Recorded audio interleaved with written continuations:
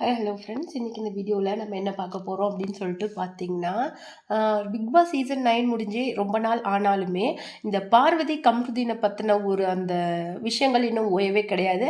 அவங்க லைஃப்பில் அடுத்தடுத்த அப்டேட்டை நம்ம ஃபேன்ஸ் அவங்களுடைய ஃபேன்ஸ் ரொம்ப இன்ட்ரெஸ்டடாக அதில் இருக்காங்க.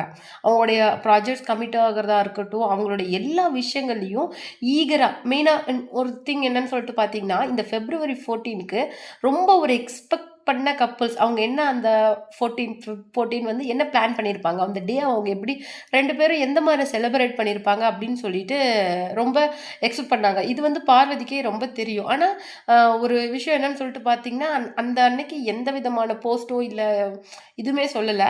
இன்னொரு விஷயம் என்னென்னா, பார்வதி ஒரு போஸ்ட் போட்டிருந்தாங்க. அதில் கீழே என்ன சொல்லியிருந்தாங்கன்னா, ஃபஸ்ட்டு ஒரு மனுஷனுக்கு என்னென்னா பீஸ் ரொம்ப முக்கியம், அதுக்கப்புறம் தான் அவனுடைய இன்டலெக்சுவல் பவர், அப்புறம் அதெல்லாம் ப்ராக்ரஸ் அப்படின்னு சொல்லிட்டு போட்டிருந்தாங்க. அதிலிருந்து என்ன அவங்க சொல்ல வராங்க அப்படிங்கிறத நம்ம வீடியோக்குள்ளே பார்க்கலாம். பட் ஆனால் இந்த Feb 14 அவங்க மேலே வச்சிருக்கிற அந்த பயங்கர எக்ஸ்பெக்டேஷன் அதை டிசப்பாயிண்ட் பண்ணிட்டாங்களோ அப்படின்னு மாதிரி எனக்கு ஃபீல் ஆச்சு. அது மட்டும் கிடையாது, Feb 14 எல்லாருமே எதிர்பார்த்தது என்ன விஷயம்னா, இப்போ நம்ம விஜய் பார்வதி கம்ருதீன் தான். ஏன்னா 2 பேரும் கொடைக்கானலில் இருக்கிறாங்க, வெக்கேஷனை இந்த Feb 14 செலிப்ரேஷனுக்காக போயிருக்காங்க அப்படிங்கிற மாதிரி ஒரு நியூஸ் வந்தது.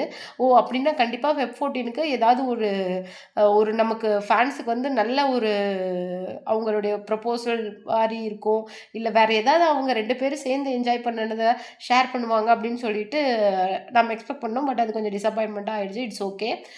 இந்த வீடியோவில் நம்ம என்ன பார்க்க போகிறோம்னு சொல்லிட்டு பார்த்தீங்கன்னா, கமருதீன் நம்ம பார்வதிக்கு ஒரு லெட்டர் மாதிரி எழுதியிருக்காரு. அந்த அதுதான் நம்ம இந்த வீடியோவில் என்ன அப்படின்னு சொல்லிட்டு பார்க்க போகிறோம். வீடியோக்குள்ளே போகிறதுக்கு முன்னாடி நீங்கள் நம்ம சிபி ட்ரெண்டிங்க்கு புதியவராக இருந்தால் மறக்காமல் நம்ம சேனலை சப்ஸ்கிரைப் பண்ணி ஃபாலோ பண்ணிக்கோங்க. வாங்க வீடியோக்குள்ளே போகலாம். அதாவது இப்போ நம்ம கமருதீனுக்கும் பார்வதிக்கும் ஒரு சின்ன மிஸ் அண்டர்ஸ்டாண்டிங் மாதிரி இப்போ வந்துருச்சு அப்படின்னு நம்ம ஃப்ராங்காக சொல்லலாம். ஏன்னா இந்த ஸ்டார் மியூசிக் ஷோவில் அந்த கார் டாஸ்க் ரீக்ரியேஷனாக இருக்கட்டும், ஸ்டார்ட் மியூசிக்கில் அதுக்கப்புறம் ஜோடி ஆர் யூ ரெடி, இந்த மாதிரி அடுத்தடுத்து ப்ராஜெக்ட்ஸ் நம்ம கமருதீன் கமிட் ஆகியிருக்காரு. அது மட்டும் கிடையாது, தன்னுடைய ஃப்ரெண்டு யாரோ இயக்கிற படத்தில் அவருக்கு ஒரு இம்பார்ட்டன்ட் ரோல் கொடுத்துருக்குறாங்க அப்படிங்கிற மாதிரி ஒரு நியூஸும் வந்தது. அது 70%க்கு மேலே அது உண்மைதான். பார்வதியும் கொஞ்சம் பிஸியாக இருக்காங்க, நிறைய ஆட் ஷூட். ஏன்னா அவங்களது 2 ஆட் ஷூட் முடிஞ்சிருக்கு. இன்னும் நிறைய அடுத்தடுத்த ஆட் ஷூட்ஸில் அவங்க கமிட் ஆகிருக்காங்க அப்படிங்கிற மாதிரி நமக்கு தகவல் வந்தது. இருந்தாலும் மேபி இந்த மாதிரி ஒர்க் ஹெக்டிக்காக இருக்கிறதுனால இவங்க அதிகமாக பேசிக்கல, இந்த செலிப்ரேஷன் இல்லை அப்படின்னு தெரியல. மேபி நான் அவங்க முடிஞ்சு அவங்க லவ் ஜேர்னி ஸ்டார்ட் ஆகி வர ஃபஸ்ட்டு வேலண்டைன்ஸ் டே. ஸோ இந்த செலிப்ரேஷன் கொஞ்சம் மேசிவாக இருக்கும் அப்படின்னு சொல்லிட்டு நம்ம எதிர்பார்த்தோம். பட் இது எல்லாருக்குமே ஒரு டிசப்பாயின்மெண்ட் தான். நம்ம கமருதீனுக்கு மேலே லைட்டாக பார்வதி ஒரு மிஸ் அண்டர்ஸ்டாண்டிங்கில் இருக்கார். ஏன்னா தனக்கு தேவைப்பட்ட நேரத்தில் கமருதீன் ஒரு எப்படி சொல்கிறது, ஒரு சப்போர்ட்டிவாக இல்லை அப்படிங்கிற மாதிரி அவங்க ஃபீல் பண்ணியிருக்கிறாங்க. அதுக்காக அந்த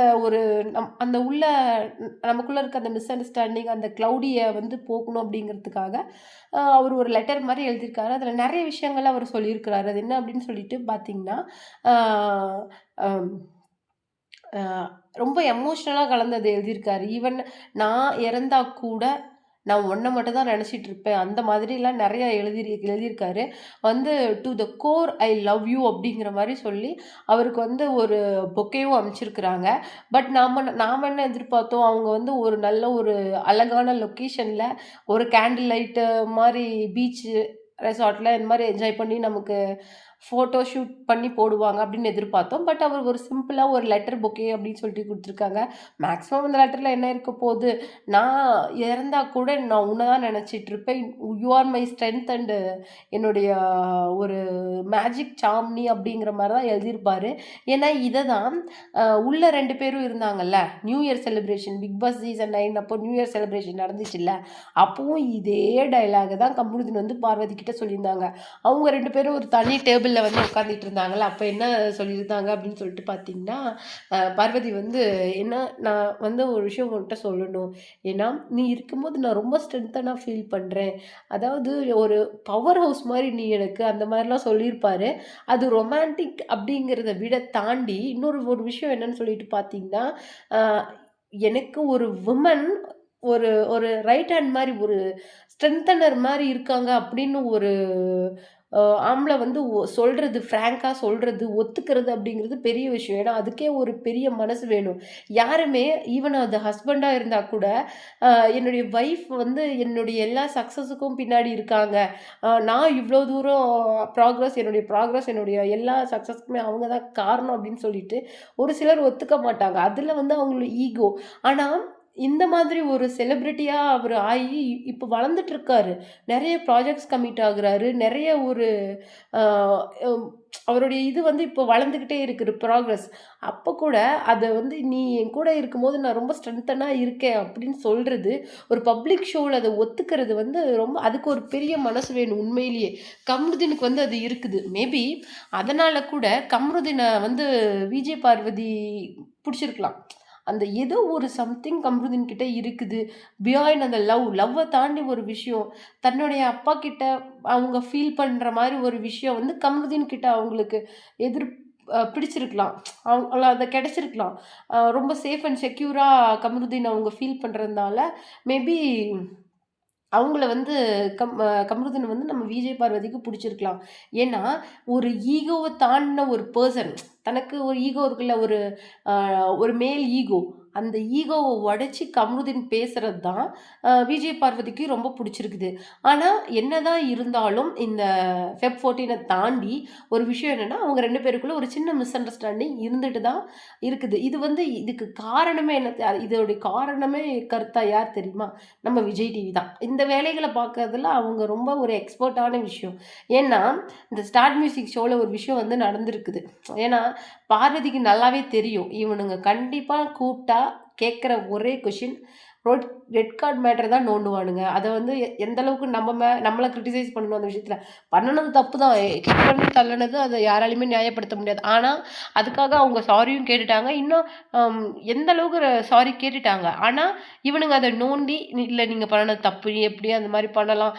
அப்படின்னு சொல்லிட்டு ஆல்ரெடி நம்ம கம்ருதீனே நம்ம பிரியங்கா என்ன சொல்லியிருப்பாங்க, நம்ம அஜித் நடிச்ச அந்த ரெட் மூவிய வச்சு கலாய்ச்சு, ரெட் கார்ட் வாங்குறதெல்லாம் ரெட்டெல்லாம் நம்ம கம்ருதீனுக்கு புதுசு இல்ல அப்படிங்கிற மாரி கலாய்ச்சி தள்ளியிருப்பாங்க.